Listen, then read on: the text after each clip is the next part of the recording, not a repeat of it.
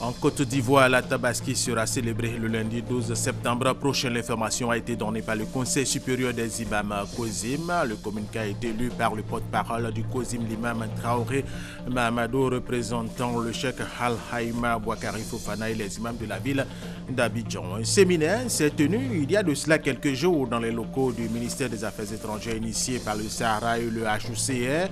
Lors de ce séminaire, il y a eu la présentation de la carte d'identité du réfugié aux structures publiques et privées. Et puis au Gabon, le bras de fer entre le camp Bongo et le camping se poursuit sur fond d'inquiétude grandissante. Le président gabonais sortant Ali Bongo Ondimba a critiqué ce mercredi la mission d'observation de l'Union européenne. L'Union africaine, elle, va tenter une médiation acceptée heureusement par les deux candidats. Mesdames et messieurs, bienvenue et merci de suivre les informations sur RTI 1. Commençons par cette information. Un conseil des ministres se tient ce mercredi au palais présidentiel en présence du président de la République, Alassane Ouattara. Ce conseil des ministres va évoquer plusieurs mesures générales, des projets de loi et de décrets ainsi que des communications. Le compte rendu de nos reporters dans nos prochaines éditions. L'ambassade de Chine en Côte d'Ivoire a fait don d'un montant de 20 millions de francs CFA à la fondation Children of Africa de la première dame, Mme Dominique Ouattara. Ce don est considéré comme un soutien en reconnaissance aux efforts accomplis par la première dame ivoirienne pour la cause des enfants. Traoré Mahama Abiba Dambélé Saoué. Consolider la coopération sino-ivoirienne à travers un engagement commun pour la cause des enfants. Voilà qui justifie la tenue de ce premier festival des enfants co-organisé par l'ambassade de Chine et la fondation Children of Africa de la première dame Dominique Ouattara. Il a eu pour cadre les jardins de l'ambassade de Chine en Côte d'Ivoire. Et le premier locataire des lieux n'a pas caché sa joie de procurer un tel bonheur aux tout-petits à la veille de la rentrée scolaire. Chers enfants, vos rires illuminent la cour de l'ambassade. Vos regards nous font comprendre que ça vaut la peine d'accomplir un tel travail. Si la Côte d'Ivoire est un beau jardin, vous êtes donc les fleurs aux couleurs vives qui éblouissent ce jardin. Vous êtes l'avenir et l'espoir du pays, tout comme le soleil du matin. Je suis convaincue que quand vous serez grand, vous pourrez transmettre ce d'amour et ce d'amitié précieux entre la Chine et la Côte d'Ivoire pour que l'amour et l'amitié se pérennisent de génération en génération entre nos deux peuples. En s'associant à l'organisation de ce festival des enfants, la République populaire de Chine reconnaît ainsi les efforts accomplis par la première dame de Côte d'Ivoire pour l'épanouissement des enfants d'Afrique. Une cause à laquelle l'ambassade de Chine vient apporter son soutien en faisant don d'un montant de 20 millions de francs CFA à la fondation Children of Africa. Geste salué par Dominique Ouattara qui n'a pas manqué d'expliquer aux enfants le bien fondé de ce festival. Ce moment de partage et de bonheur qui vous est offert aujourd'hui est une nouvelle occasion de passer du temps avec vous et de vous faire plaisir. Vous recevrez également des kits scolaires et du matériel sportif qui vous permettront de bien démarrer la rentrée des classes. Nous souhaitons ainsi vous encourager non seulement à bien travailler à l'école, mais aussi à la pratique régulière du sport afin que vous restiez en bonne santé. Des mots tendres qui s'ajoutent aux nombreuses actions réalisées par la fondation Children of Africa en faveur des enfants, à savoir accès à la lecture gratuite pour 100 000 enfants, quand 60 000 ont bénéficié d'un suivi ophtalmologique et 97 000 autres déparasités. En Afrique, la fondation de la première dame de Côte d'Ivoire subventionne 13 centres d'accueil pour enfants. Nous vous le disions dans nos titres, en Côte d'Ivoire, la Tabaski sera célébrée le lundi 12 septembre prochain. L'information a été donnée par le Conseil supérieur des imams COSIM. Le communiqué a été lu par le porte-parole du COSIM, l'imam Traoré Mahamadou, représentant le cheikh Al-Haïma Bouakari Fofana et les imams de la ville d'Abidjan.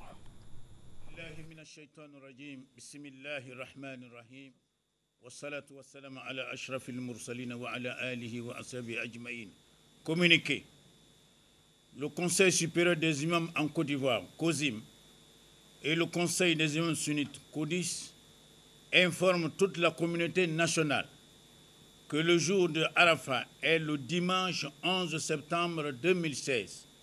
Par conséquent, la fête de la Tabaski sera célébrée en Côte d'Ivoire, Inch'Allah, le lundi 12 septembre 2016. Le COSIM et le CODI souhaitent bonne fête de Tabaski à toutes et à tous. Je vous remercie. Il s'agit plutôt de l'imam Sekou Sila. Les fidèles musulmans vont donc célébrer la Tabaski le lundi prochain, une célébration qui passe par l'immolation d'un mouton. Elle commémore le sacrifice d'Abraham. Notre reporter Grace Kando a visité le parc à bétail de Port-Boué dans le district d'Abidjan. Voici son reportage. La fête de la Tabaski ou l'Aïd Kébir commémore le sacrifice d'Abraham. Pour célébrer cet événement, les fidèles qui en ont les moyens doivent s'offrir un mouton. Un tour dans le parc à bétail de Port-Boué pour s'imprégner des dispositions prises pour le ravitaillement en bêtes. Constat, certains enclos aménagés pour accueillir les moutons restent encore vides. Sur 100 000 têtes de moutons attendues, seulement 25 000 sont présentement sur le marché, soit le quart. Cette année, il y a eu l'avancée du désert. Nous subissons aussi l'influence des marchés des pays voisins, tels que le Ghana, le Sénégal et le Nigeria, là où il y a forte demande de moutons. Donc, désormais, les moutons sont dirigés vers ces pays-là. Conséquence, le prix des moutons n'est pas abordable et les clients s'en plaignent. Je suis venu faire un tour pour voir les prix des moutons. Si je peux, aujourd'hui, je l'achète. Et si je ne peux pas, je reporte prochainement. Mais je me rends compte que les prix sont vraiment au-delà du prix que je m'attendais. Les autres années, j'avais peut-être eu ça à 80 000. Aujourd'hui, j'arrive, on me dit 180 000. Il y a une large différence dans les prix. Vraiment, le marché est rude. Pour avoir un mouton, aujourd'hui, les prix vont de 120 000. Il y a un mouton de 200 000, 300 000 même. C'est pas sûr que vraiment tout le monde puisse offrir un mouton pour ces fêtes de Tabaski. C'est déjà dépassé. Les moutons que j'ai vus, je n'ai même pas encore discuté, mais on dit 250 000 fois, c'est trop pour le prix. Les acteurs de la filière bétail-viande rassurent que le parc à bétail sera fourni dans les jours qui suivent. Les moutons vont descendre parce que nous avons nos contacts. On nous signale 15 wagons de train qui rentrent et les camions sont en route à la frontière du Mali comme du Burkina. Au plus tard le jeudi, le marché sera fourni. Les bêtes supplémentaires annoncées vont permettre de baisser les coûts.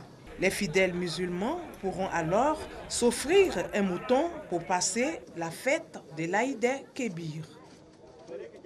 Sachez que plus de 5000 fidèles musulmans ivoiriens séjournent actuellement en Terre Sainte en Arabie Saoudite pour le Hajj 2016. L'une des priorités des autorités ivoiriennes par rapport au Hajj 2016, c'est bien sûr la prise en charge médicale des pèlerins ivoiriens. 25 médecins spécialistes et généralistes ont donc été mobilisés pour suivre les pèlerins ivoiriens. Envoyés spéciaux en Arabie Saoudite pour RTI 1, Mamadou Kouassi et Dramé Lamine. La santé des 5600 pèlerins ivoiriens actuellement en Terre Sainte, une véritable préoccupation pour l'État de Côte d'Ivoire.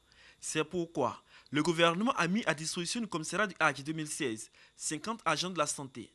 Au nombre de ce personnel, 25 médecins spécialisés en cardiologie, gynécologie, dermatologie, diabétologie et des généralistes. Au quotidien, ce sont une dizaine de patients qui sont reçus dans les différents centres de santé ouverts pour la circonstance, dans chaque hôtel habité par ces Ivoiriens. Parce qu'il fait chaud, donc très souvent les mamans, quand elles ne suivent pas les conseils, quand elles sortent sans boire tout, on a des cas de coups de chaleur et puis de déshydratation. Et puis en plus avec la poussière et tout, on a beaucoup de cas de rhume, de pathologie ORL quoi. Rhume, tout, mais par la grâce de Dieu, on arrive à gérer ça. En plus de consultations et de suivis médicaux, les médecins font de la sensibilisation sur l'hygiène pour la bonne santé des pèlerins. Cette année, grâce aux efforts du commissariat du Hajj, le corps médical bénéficie de l'assistance du ministère de la Santé saoudien. Une assistance qui s'inscrit dans la campagne de sensibilisation des pèlerins sur les dispositions à prendre à Mina, où plus de 2 millions de fidèles musulmans vont se retrouver dans quelques jours. Il y a toutes sortes de maladies qu'on peut avoir ici, compte tenu de l'affluence qu'il y a toutes les nationalités, il y a tous les pays présents. Donc il faut que nous protégeons au maximum nos pèlerins pour qu'ils puissent faire les Hajj dans les meilleures conditions et retourner au pays dans les meilleures conditions. Un repas qui a fait plus de 2 heures en dehors d'un réfrigérateur ne doit plus être consommé. Et aussi, nous avons l'habitude de leur dire de manger au restaurant de l'hôtel, là où nous savons l'origine du plat. Mais lorsqu'ils vont manger dans la rue, nous ne savons pas dans quelles conditions ces plats ont été préparés. Les pèlerins ivoiriens saluent cette initiative qui leur permet de mieux appréhender les réalités de l'étape de Mina. Et donc il faut aussi respecter les règles de sommeil qui sont de 8 heures par jour. Et compte tenu du fait que nous sommes un certain nombre par chambre, jusqu'au minimum 6, voire 7, il faut qu'on prenne l'habitude d'ouvrir les chambres pour que justement les microbes entassés dans ces chambres puissent être évacués donc par l'air naturel. Et utiliser des parasols par rapport à notre arrêt sur le mont Arafat afin d'éviter d'autres éventualités négatives qui pourront perturber ou même rendre néfaste notre action. Ça va de notre santé, de la réussite du Hajj. On ne peut pas faire tout ce déplacement-là pour venir et puis négliger les conseils des médecins. Des recommandations ont été faites également aux pèlerins afin de supporter la forte chaleur de l'Arabie Saoudite. Car ici, la température oscille entre 43 et 50 degrés Celsius. Revenons en Côte d'Ivoire où la Fédération nationale pour la promotion des associations des personnes handicapées physiques et accidentées de travail de Côte d'Ivoire a tenu son assemblée générale. Un nouveau président a été élu à la suite de cette assemblée générale pour 4 ans renouvelables. Malika Koulibaly, Franck Wadio. Voici le nouveau président de la Fédération nationale pour la promotion des associations de personnes handicapées physiques et accidentées de travail. Kone Aboubakar, élu à la faveur de l'Assemblée générale de l'association. Le nouveau président dit avoir de l'ambition pour l'amélioration des conditions sociales des personnes handicapées. Au cours de mon mandat, nous allons nous atteler à faire de telle sorte que le recrutement dérogatoire soit régulier. Et nous souhaitons que le secteur privé emboîte le pas à l'État. Une personne handicapée qui reste à la maison, ça veut dire qu'il est appelé à mourir. Ça, ce n'est pas normal. Et donc, nous allons tout faire pour qu'il y ait amélioration au niveau de la mobilité. Et même par rapport au transport public aussi, nous allons voir comment tisser un partenariat ou bien une collaboration avec la Soutra pour voir dans quelle mesure faciliter le transport des personnes handicapées. Élu à 95%, Kone Aboubakar pourra compter sur le soutien de tous les handicapés de Côte d'Ivoire. Le choix, c'est que déjà avant, même qu'il soit en activité comme président, il menait déjà les actions pour pouvoir nous aider, surtout nous de l'extérieur. Donc l'occasion nous est donnée de lui donner encore l'opportunité de pouvoir mieux travailler. Et nous lui souhaitons bon vent et notre prière qu'il fasse encore plus d'avantages pour les personnes vivant avec handicap. 23 associations venues de tout le pays ont participé à cette élection. Ils étaient 2 candidats en lice. Deuxième grand titre de cette édition, un séminaire s'est tenu il y a de cela quelques jours dans les locaux du ministère des Affaires étrangères initié par le Sahara et le HEC. Lors de ce séminaire, il y a eu la présentation de la carte d'identité du réfugié aux structures publiques et privées. Maïsako. Établie depuis 2015, la carte d'identité des réfugiés se veut un outil de protection de tous les réfugiés vivant en Côte d'Ivoire. Le pays compte près de 1900 réfugiés selon le Sahara, le service d'aide et d'assistance aux réfugiés et apatrides. Cette carte n'est pas acceptée parce que tout simplement, elle a été mise en place. Il n'y a pas véritablement eu la sensibilisation nécessaire. Les difficultés majeures qui sont observées se trouvent au niveau des établissements bancaires et financiers et surtout de certains services de l'administration publique. Pour soutenir cette initiative du Sahara, le gouvernement ivoirien s'engage à reconnaître la carte d'identité des réfugiés au même titre que toutes les autres pièces en vigueur dans le pays. Il nous faut ensemble donner toute l'autorité à ce document dont la production est entourée des garanties sécuritaires les plus modernes. Il n'échappe à personne que lorsqu'obligés de fuir leur patrie en raison de persécutions, de violences ou d'autres contraintes, les réfugiés n'ont très souvent pas le temps d'apporter avec eux les documents administratifs permettant de les identifier. L'établissement de la carte d'identité requiert certaines conditions. Lorsqu'un réfugié arrive, n'est-ce pas, il est orienté au niveau des services compétents, notamment le Sahara. Il constitue des dossiers. Ces informations sont donc fournies aux services compétents de la Côte d'Ivoire. Et donc, on les examine.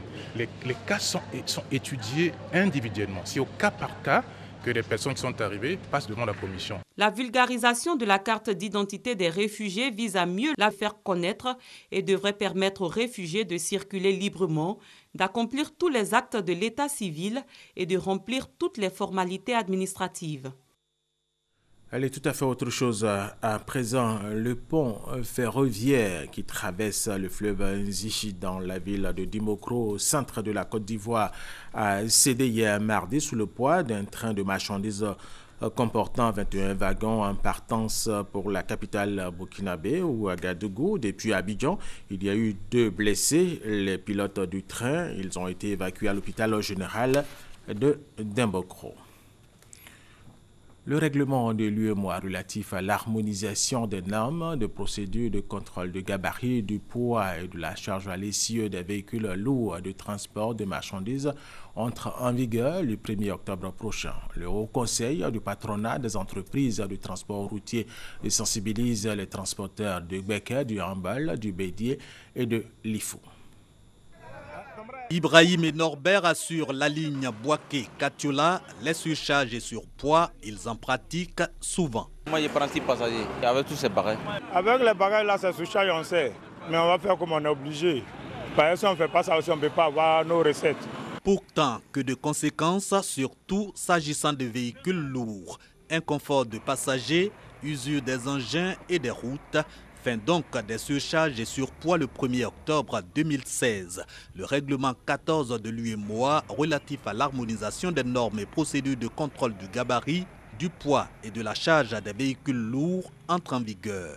Message du Haut Conseil du patronat des entreprises de transport routier de Côte d'Ivoire aux acteurs de Beké, Ambol, Ifou et Bélier. Nous conseillons aux transporteurs, aux conducteurs routiers de prendre toutes les dispositions nécessaires pour qu'au lieu d'embarquement de la marchandise, ils s'assurent qu'ils ont été pesés conformément aux dispositions de l'UEMOA et qu'ils prennent le ticket de pesage qu'ils présenteront à tous les contrôles. Objectif, confort de passagers, santé des infrastructures routières et du parc automobile ivoirien, voire de l'espace UEMOA.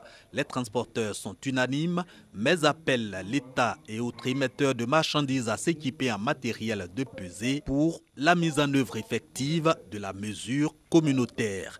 Aussi abordé à cette rencontre, la concurrence déloyale, l'itinéraire des véhicules de l'Interland, des difficultés du secteur du transport. Et c'était un reportage de Léon Broukwamech de RTI Boakej. Autre information dans cette édition, les concours de la fonction publique et de la modernisation de l'administration en Côte d'Ivoire sont lancés pour la session 2016. Il y a 71 417 candidats pour 8 323 places disponibles. Il y aura 278 concours. Les compositions auront lieu les 10, 11, 17, 18, 24 et 25 septembre prochain ici à Abidjan et dans 6 villes de l'intérieur du pays. Aurélia Drukula, Kraskando. Fin de la phase des inscriptions des candidats au concours de la fonction publique et de la modernisation de l'administration. Place à l'étape des compositions. Pour la session 2016, 71 417 candidats sont en lice pour 8 323 places disponibles pour 278 concours administratifs. Les dates retenues pour les compositions sont les 10, 11, 17, 18, 24 et 25 septembre à Abidjan et dans 6 villes de l'intérieur. Des innovations ont été enregistrées cette année. Depuis les inscriptions jusqu'au tirage des convocations, tout se fait sur le net. Vous restez chez vous à Brobo, à Mzankou, vous tirez, vous vous inscrivez, vous payez chez vous, vous tirez vos convocations chez vous. Pour l'étape des écrits, les choses se passent de la même façon.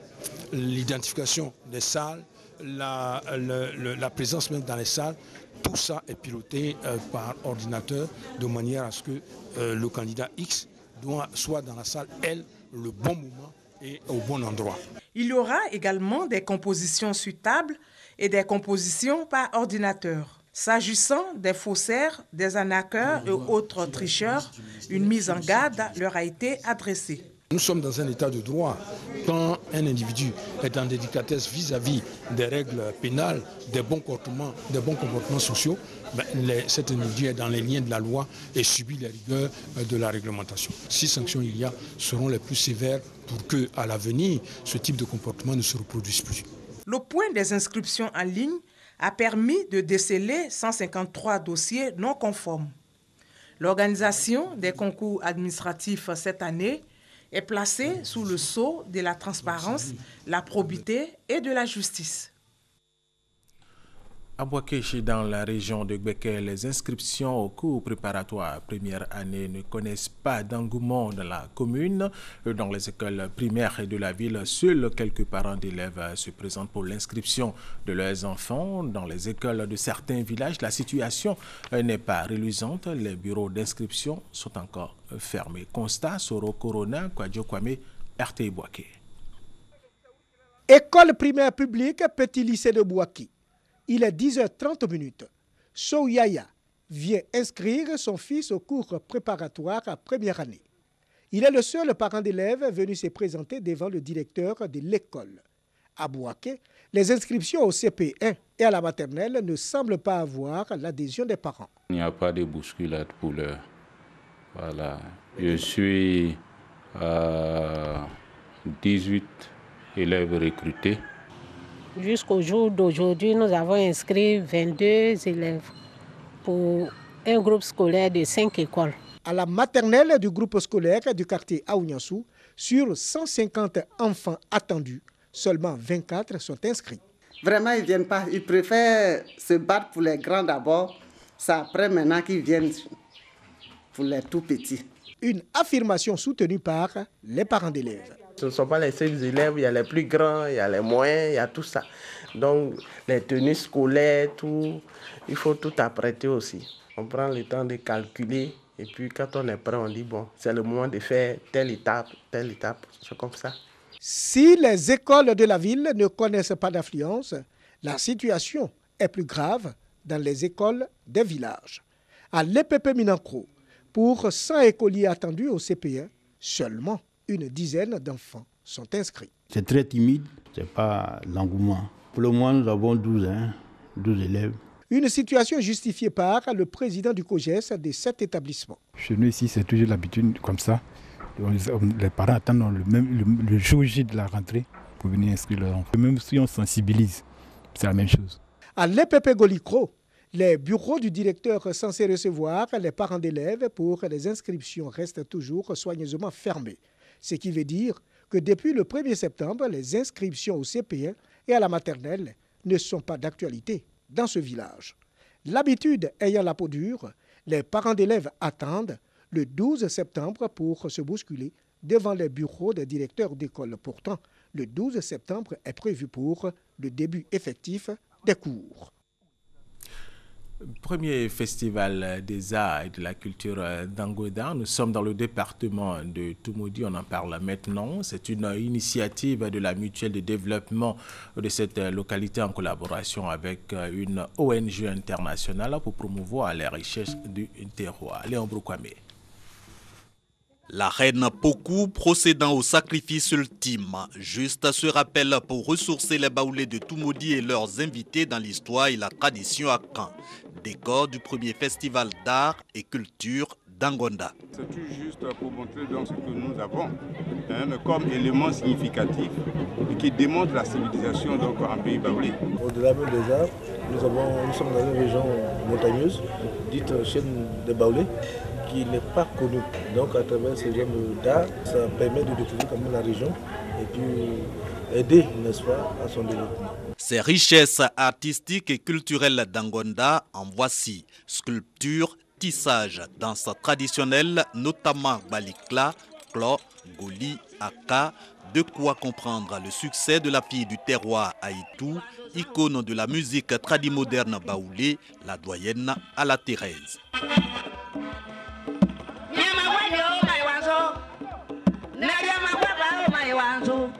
participer en Gondar à un festival qui doit durer dans le temps et faire l'émergence de la culture ivoirienne. Pour les ministres Alarimi et Raymond Goudou, la culture et les arts sont vecteurs de développement. Les promouvoir, c'est donc faire œuvre utile, encore que cela concourt à vitaliser la tradition. La culture, c'est un peu le carrefour au niveau de la cohésion sociale. C'est le carrefour pour le partage d'expériences. Ici en pays baoulé, le pays baoulé, c'est à travers toutes ces belles choses qui nous rappellent l'art et que nous savons que nous avons une culture, que nous avons une origine. Nous avons toujours pensé qu'il fallait qu'on agisse ensemble. Et encore faudrait-il que chacune des mutuelles se montre dynamique. Vraiment, nous sommes encouragés.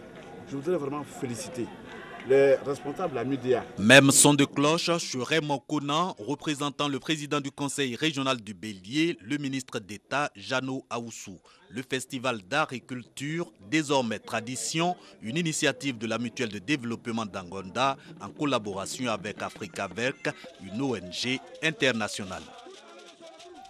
La crise post-électorale continue d'alimenter les débats ici en Côte d'Ivoire. Entre autres sujets, la triste situation qui a prévalu à Abobo en mars 2011. Entre autres, 5 années après, la question reste entière devant la justice. Sylvie Touré.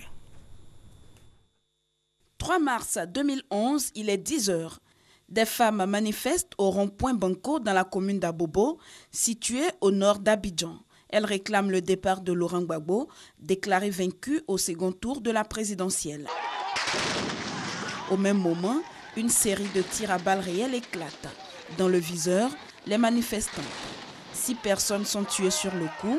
La 7e victime succombera plus tard à ses blessures. Sur place à Bobo, des rescapés ou familles de victimes témoignent. Il y avait du monde pour la manifestation. Des femmes marchaient lorsqu'on a entendu des tirs. C'est là, sur cette voie, qu'ils ont tiré. Il y avait du sang, énormément de sang. Ce jour-là, le 3 mars, nous sommes sortis, c'était pour pouvoir libérer la Côte d'Ivoire. Et là, d'autres sont tombés, et là, aujourd'hui, d'autres ont des séquelles, d'autres encore des balles. Des séquelles à la fois physiques et psychologiques pour Fanta. Cette sexagénaire affirme avoir perdu toutes ses dents dans la débandade. Ami Kouroubala, c'est moi qui l'ai fait sortir. Elle a des enfants. On ne regarde pas les enfants là. Et ces jours-là aussi, moi aussi, il faut la mettre.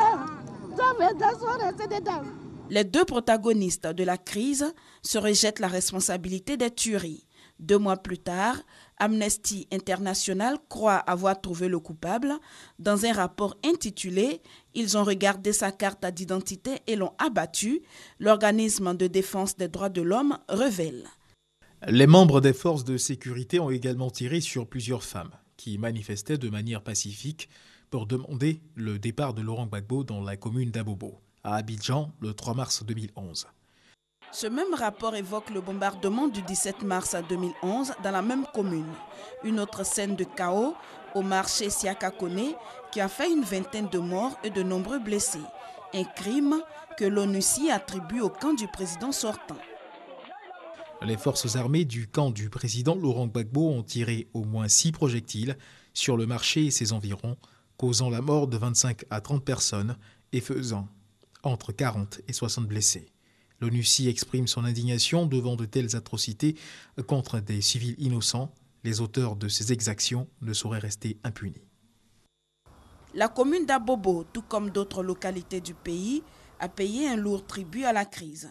Pour les populations, le besoin de reconstruction est ardent, mais également celui de justice. Qui a ordonné les tueries dans la commune d'Abobo? 5 ans plus tard, la question reste pendante devant la justice. 2 militaires accusés par la justice ivoirienne d'avoir pris part à cette expédition ont récemment été relâchés pour faute de témoins. Le parquet militaire a fait appel de cette décision. La question alimente également le procès en cours de l'ex-première dame, Simone Gbagbo. Et là-dessus, sa position n'a pas varié. Simone Gbagbo a affirmé ceci devant le juge. Comme je l'ai dit lors de mes déclarations préliminaires, Monsieur le Président, ce crime n'a pas existé. C'était une pièce de théâtre dont j'attends toujours les preuves. Une pièce de théâtre pour obtenir le vote d'une résolution de l'ONU poursuit l'ex-première dame. La Cour pénale internationale tente également d'élucider l'affaire. Plusieurs témoins se sont déjà prononcés sur la question et la comparution de l'ex-commandant du camp de gendarmerie d'Abobo, Barthélemy Ouattara, en ce moment à la barre, pourrait apporter des éléments nouveaux. Les victimes, elles, disent n'attendre que la vérité sur le drame pour enfin faire le deuil de leurs proches. Sur le continent, pour terminer au Gabon, le bras de fer entre le camp Bongo et le camp Ping se poursuit sur fond d'inquiétude grandissante. Le président gabonais sortant Ali Bongo Ondimba, dont l'annonce de la réélection a provoqué des émeutes, a critiqué ce mercredi la mission d'observation de l'Union européenne pour n'avoir pas relevé les anomalies dans les résultats obtenus par son rival Jean Ping. L'Union africaine va tenter une médiation acceptée heureusement par les deux candidats. À suivre donc. Et c'est la fin de cette édition. Merci de l'avoir suivi. Restez avec nous sur RTI1.